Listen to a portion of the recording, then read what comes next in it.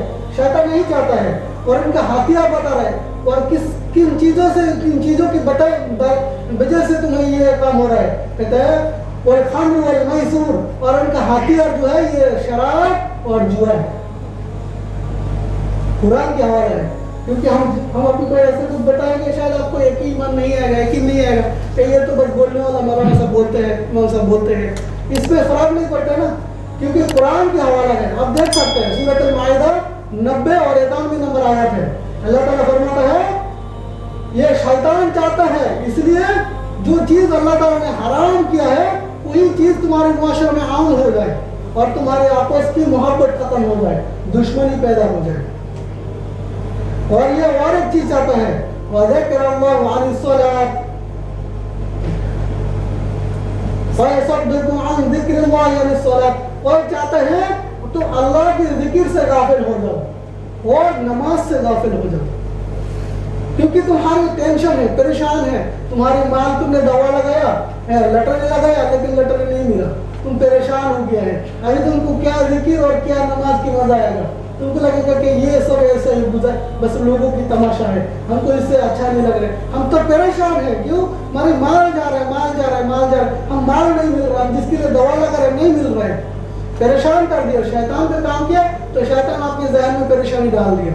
تو آپ نے اللہ کی ذکر اور اللہ کی نماز سے اپنے غافل ہو گیا ہے. فَهَلْ أَنْتُمْ مُنْتَهُونَ, اور تم جو خیر کی راستہ ہے اس سے بھرک جاؤ, ہٹ جاؤ.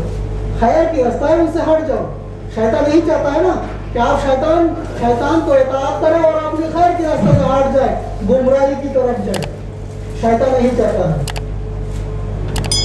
ابن مسعود رضی اللہ تعالیٰ عنہ کی ایک حدیث ہے صحیح مسلم میں, اللہ کے رسول صلی اللہ علیہ وسلم فرماتا ہے لعن رسول اللہ صلی اللہ علیہ وسلم, ابن مسعود فرماتا ہے اللہ تعالیٰ نے, اللہ کے رسول نے ان لوگوں کے اوپر لعنت کیا ہے, اللہ کے رسول نے ان لوگوں کے اوپر لعنت کیا ہے. لعن رسول اللہ صلی اللہ علیہ وسلم اکیل الربا وموکلہ, جو بحث میں پیسہ لگاتا ہے نا, سود کے اوپر پیسہ لگاتا ہے, سود دینے والا اور سود لینے والا دونوں کے اوپر اللہ تعالیٰ کی رسول کی لعنت ہے. آپ 1000 روپیہ دیتا ہے اور مہینے میں آپ کو 50 روپیہ دیتا ہے, زیادہ دیتا ہے, 10 روپیہ دیتا ہے, 1 روپیہ دیتا ہے. 100 روپیہ کے بعد چھوڑو 1 روپیہ دیتا ہے. 100 روپیہ کے 1000 روپیہ لگایا تو اس نے آپ کو 1 روپیہ دیا, تو سود ہے. چھوٹا ہے سود ہے, چھوٹا ہو بڑا ہو سب سود کی بس خاطر. سود کو کوئی الگ شکل اللہ تعالیٰ نے نہیں کیا ہے. فرماتا ہے لعن رسول اللہ صلی اللہ علیہ وسلم اکیل الربا وموکلہ, جو سود کھانے والا اور سود دینے والا دونوں کے اوپر اللہ تعالیٰ کی رسول کی لعنت ہے. اور اللہ تعالیٰ کی رسول جس کے اوپر لعنت کرتا ہے وہ سیدھا جنت کو جانے والا ہے. ایسا ہے نا, وہ سیدھا جہنم کی طرف جانے والا ہے. جتنی بھی بڑے نمازی ہو, بہت نمازی ہوتا ہے, اللہ کی لعنت ہے ان پر, نمازی ہوتا ہے لیکن سود میں بینک سے پیسہ نکال کے کھا رہا ہے. لاکھوں روپیہ بینک سے نکال کے بعد میں اس میں سے 10,000 روپیہ ان کا رہس بن گیا ہے, سود بن گیا ہے. انہوں نے مجھے 10,000 روپیہ کیا مشکل ہے, لیکن میرے سے لاکھوں روپے سے بہت فائدہ ملا نا. 5 لاکھ روپیہ ملا, ان میں سے 50,000 روپیہ ان کو سود دینا پڑتے ہیں بینک میں. بینک آپ کو کبھی بھی فری میں کچھ نہیں دے گا, ان کا کام ہی ہے بس کہتا ہے غیر سود میں, بغیر سود میں آپ کو پیسہ دینے والا اسلامی بینک. اتنا سود لیتا ہے, 1% لیتا ہے, 2% لیتا ہے, زیادہ نہیں لیتا ہے.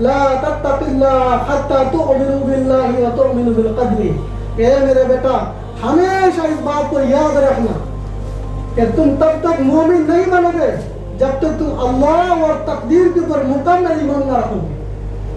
اللہ اور تقدیر کے اوپر دو چیزوں کے اوپر مکمل جب تک تمہاری ایمان نہیں بنے گا تب تک تم مومن نہیں بنو گے. ایمان اللہ کی طرف ہے لیکن تقدیر سے ہم نے ٹکراتا ہے.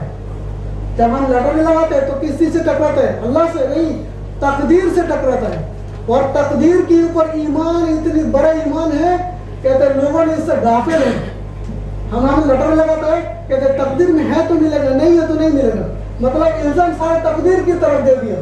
اللہ تعالیٰ نے تقدیر لکھنے کا ٹائم آپ کو سارے چیز لکھ دیا ہے، تو جب نہیں ملتے تو کیا کہتے ہیں؟ تقدیر میں نہیں ہے، نہیں ملا. جب تقدیر میں ہوتا ہے تو مل جاتا ہے تو کہتے ہیں تقدیر میں ہے تو مل گیا. کہ آپ کی غیب کی خبر بتا رہے، غیب کی خبر ہے نا، آپ نے تقدیر کو چیلنج کیا، تھوڑا مل گیا، ہاں تقدیر میں موجود ہے. آپ کو کس نے بتایا یہ تقدیر میں موجود ہے؟ جو چیز حرام چیز کھاتا ہے یہ بھی ان کی تقدیر میں موجود ہے. سود کھانے والا یہ بھی ان کی تقدیر میں موجود ہے. دارو پینے والا یہ بھی ان کی تقدیر میں موجود ہے. سارے چیز تقدیر کے اوپر دے دیا. اب غلط کام کرتا ہے یہ بھی تقدیر کے اوپر موجود ہے. انسان کو دو حالت ہوتے ہیں، ایک وہ چاہے تو اچھا کام کر سکتے ہیں، ایک وہ چاہے تو غلط کام بھی کر سکتے ہیں. ان کی تقدیر لکھا ہوا ہے. اگر اس نے جان بوجھ کے غلط کام کیا ہے تو یہ تقدیر کے الزام ہے. تقدیر نے ہم کو کہا کہ تم جہنم میں جاؤ. ادھر عمر بن سعد رضی اللہ تعالیٰ عنہ فرماتا ہے لا يؤمنوا حتى تؤمنوا بالله وتؤمنوا بالقدر وشره وخيره من الله تعالى. تمہاری اوپر جو مصیبت آتے ہیں، تم بھوکا رہتے ہیں، تمہاری اوپر سردی آتے ہیں، بخار آتے ہیں، تمہارے جو حالات تمہارے اوپر آتے ہیں، یہ سارے چیز اللہ کی طرف سے مقرر ہے. یہ تمہیں ایمان بنانا ہے، یہ سارے چیز اللہ کی طرف سے ہے. ہمارے اوپر مصیبت آتا ہے تو ہم پریشان ہوتے جاتے ہیں، ہم چاہتے ہیں اس کی حال نکلے. تو جا کے جیسے ایک آدمی کا گھر ٹوٹ گیا، انہوں نے جا کے دہیج میں پیسہ لگا دیا، لاکھوں روپئے بینک سے نکل میں گھر بنا دیا، بس ان کی حالت صحیح ہو گیا. لیکن انہوں نے تقدیر کے بارے میں سوچا نہیں ہے کہ یہ تو میرے تک اللہ کے رسول صلی اللہ علیہ وسلم کو زہر کھلایا گیا، زہر پلایا گیا. ہم لوگ سب جانتے ہیں کہ یہودی عورت ان کو دھوکہ دے کر زہر پلایا. تو ان کے صاحب ابو بکر رضی اللہ تعالیٰ نے پوچھا یا رسول اللہ آپ کو بہت تکلیف ہو رہا ہے. تو انہوں نے اللہ کے رسول صلی اللہ علیہ وسلم نے کہا یہ تو میری تقدیر کی ہے، زہر ہم کو پلائے گا. نہیں تو نبی کو زہر پلانے والا کون ہے دنیا میں؟ ان کے ساتھ ہمیشہ فرشتہ رہتا ہے، ان کو چاروں طرف سے فرشتہ کی سیکورٹی ہے، پھر بھی ان کو زہر پلا دیا. کہتا ہے یہ تو میری تقدیر کی ہے کہ مجھے زہر پلائے گا اور ان کی تکلیف مجھے برداشت کرنا پڑے گا. جب ان کو فوت کی آخر وقت آیا تو ان کو بہت وہ زہر کی اتنی تکلیف ہو رہا تھا، انہوں نے کبھی ذہن کھو بیٹھتے تھے، بے ہوش ہو جاتے تھے، پھر یاد آتے تھے، پھر بے ہوش ہو جاتے تھے. کہتا ہے یہ میری وہی زہر کی اثر ہے جو زہر یہودی عورت نے پلایا تھا. ایک عورت ہے، انہوں نے یہ زہر پلایا تھا اور اللہ کے رسول کو اتنی تکلیف ہو رہا تھا کہ انہوں نے یاد کھو بیٹھتے تھے، بے ہوش ہو جاتے تھے، پھر بے ہوش آتے تھے، پھر بے ہوش ہو جاتے تھے. لیکن اللہ کے رسول نے کبھی شکایت نہیں کیا یا رسول یا میرے رب آپ نے تو مجھے زہر پلا دیا، ہم تو آپ کی نبی تھا، پیغمبر تھا، دین کے لیے کتنا محنت کیا ہے نا. تو اب ہمارے اوپر جب کوئی مصیبت آتے ہیں تو ہم لوگ کہتے ہیں یا اللہ ہم تو نمازی والا آدمی ہے، اچھا والا، کسی کو دھوکہ نہیں دینے والا، جھوٹ نہیں بولنے والا، اب ہم کو بھی پریشان کرتے ہیں، ہمیں بھی پریشان کرتا ہے، تو ہم اب اچھا کس کا سب کرتے ہیں. بہت لوگ ہوتے ہیں نمازی آدمی ہے، اچھا آدمی ہے، اس باتوں سے کفر ہی کرتے ہیں کہ اللہ تعالیٰ مجھے بھی پریشانی دیتا ہے، مجھے بھی بھوک دیتا ہے، پیاس دیتا ہے، نقصان دیتا ہے. مال اور بچہ مر گیا تو انہوں نے اللہ کے اوپر شکایت کرنا شروع کر دیا، یا میرا اب میرا بچہ کیوں لے کے گیا، دوسرا کوئی نہیں دیکھا. نعوذ باللہ من ذالک، ایسا بولتا ہے نا، میرا بچہ کیوں لے کے گیا، میں کتنا محبت کرتا تھا اس کو، میرا بچہ لے کے گیا، کوئی دوسرا اور نہیں ملا آپ کو. میرے حبیب صلی اللہ علیہ وسلم فرماتا ہے یہ لوگ سارے جو ہے تقدیر کے خلاف ہے، تقدیر کے ساتھ جنگ کرنے والا ہے. ایک حدیث میں آتے ہیں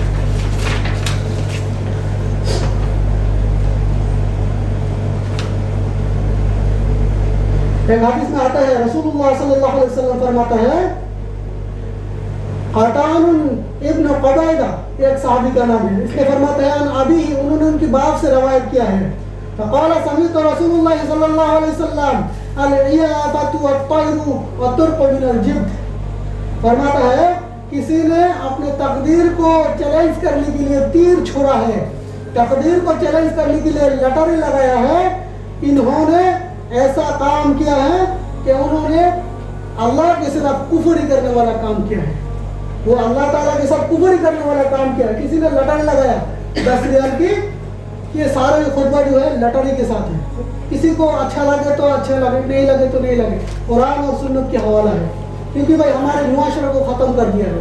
اس کیمپ میں بہت سارے مسلمان ہیں, ہم نام نہیں بتانا چاہتا ہوں, بس اپنے اندر جو شیطان ہے اس کو نکالیں.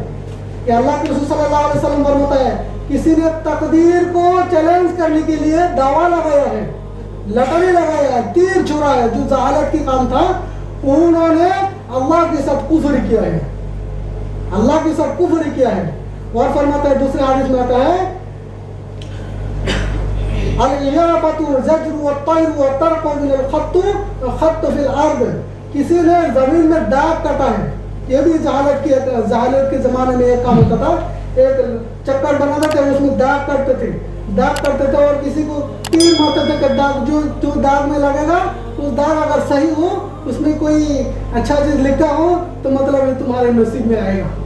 نصیب کو یعنی اپنی تقدیر کو چیلنج کرتے تھے تیر چھوڑ کے, کہتے ہیں اگر کسی نے ایسا کیا ہے تو یہ بھی شیطان کے کام کیا ہے. دوسرے حدیث میں آتا ہے عن بريدة رضی اللہ تعالیٰ عنہ عن النبی صلی اللہ علیہ وسلم يقول من لعب بالنردشر فكأنما صباغ يداه في لحم الخنزير ودامه, کسی نے تقدیر کو چیلنج کرتے ہوئے لٹری لگائے ہے, جوا کھیلا ہے, تیر چھوڑا ہے, دعویٰ پاشا کھیلا ہے. ابھی تو ہمارے معاشرے میں فٹ بال ہوتا ہے نا, فٹ بال کرکٹ, ان کے پیچھے لوگ دوا لگاتے ہیں. آپ سمجھتے ہیں ہم تو ٹی وی میں کرکٹ دیکھ رہے ہیں, ہم تو دوا نہیں لگا رہے, لیکن لگا رہے ان لوگوں نے, آپ دیکھ کے مزہ لے رہے ہیں, آپ نے ان لوگوں کو سپورٹ کرنے والا ہے. کیا صحیح ہے نا غلط ہے؟ کرکٹ کھیلنے والا کوئی فری میں کھیلتا ہے؟ کیوں؟ سارا دنیا کی ملک کو ایک کر کے کرکٹ کھیلتا ہے, جو جیتے گا ان کو یہ ملے گا, وہ انعام ملے گا, یا تو کوئی کروڑ ریال ملے گا. ان کے اوپر دوا لگائی گیا, جو جیتے گا, نہیں جیتے گا تو ان کو کچھ نہیں ملے گا, ان کی محنت بھی ضائع, ان کو جو پیسہ لگا ہے وہ بھی ضائع. کہتے ہیں نا یہ ایسے لوگوں کو کبھی سپورٹ بھی نہیں کرنا, کرکٹ کھیلا دیکھنا بھی نہیں ہے. علماء کرام فرماتے ہیں یہ حرام ہے. کیوں؟ اس کے پیچھے دعویٰ لگا ہوا ہے, اس کے پیچھے بھی لٹر لگا ہوا ہے. فرماتا ہے العیافۃ العیافۃ, ایک کام ہوتا تھا معلوم ہے, تقدیر کو یہ گزرے ہوئے جو جہالت کے زمانے میں, اس زمانے میں یہ بھی ہوتے تھے, ایک چڑیا ہوتا ہے نا, اس کو اڑا دیتے تھے اور جا کے کسی اچھے چیز کے اوپر بیٹھتے تھے تو کہتے ہیں یہ ہمارے معاشرے کے لیے اچھا ہے. یعنی پورا قوم مل کے ایک چڑیا کو اڑاتے تھے. انہوں نے اگر اچھا کچھ چیز واپس لے کے آیا یا تو واپس آیا تو سمجھو ہمارے لیے اچھا ہے, اگر واپس نہیں آیا تو ہمارے لیے خطرہ ہے. یہ تقدیر کو چیلنج کرنے والا چیز ہے. کہتے ہیں ایسے کام کرتا ہے. اور العیافۃ والزجر والطیر والطرق, اور کہتا ہے جتیشی کے پاس جاتا ہے, جتیشی کے پاس جاتا ہے نا, بہت آدمی ہاتھ دکھاتا ہے, کہتا ہے یہ ریکھا جو ہے ہوتا ہے نا ریکھا, کہتا ہے اس میں سے پتہ لگتا ہے کہ تمہارے لیے کوئی برائی ہے, تمہارے لیے کوئی اچھائی ہے یا تو برائی ہے, تمہارے سامنے دین آنے والا کیسے گزرے گا, تم مال کماؤ گے یا بھکاری بن جاؤ گے, سب کچھ تمہیں ہاتھ دے کے بتا دیتا ہے. یہ جتیش لوگوں کا کام ہے, یہ ان لوگوں کا کلچر ہے ہمارے معاشرے میں آ گیا.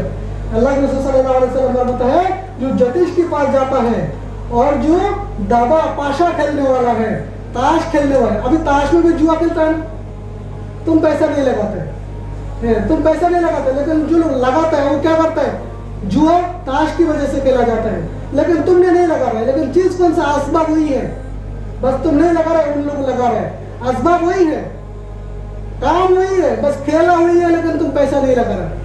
فرماتا ہے جو دابا کھیلنے والا ہے, جو پاشا کھیلنے والا ہے اور جو تقدیر کو چیلنج کرنے والا ہے, وہ اپنے خنزیر کے خون سے اپنے ہاتھوں کو رنگین کیا ہے.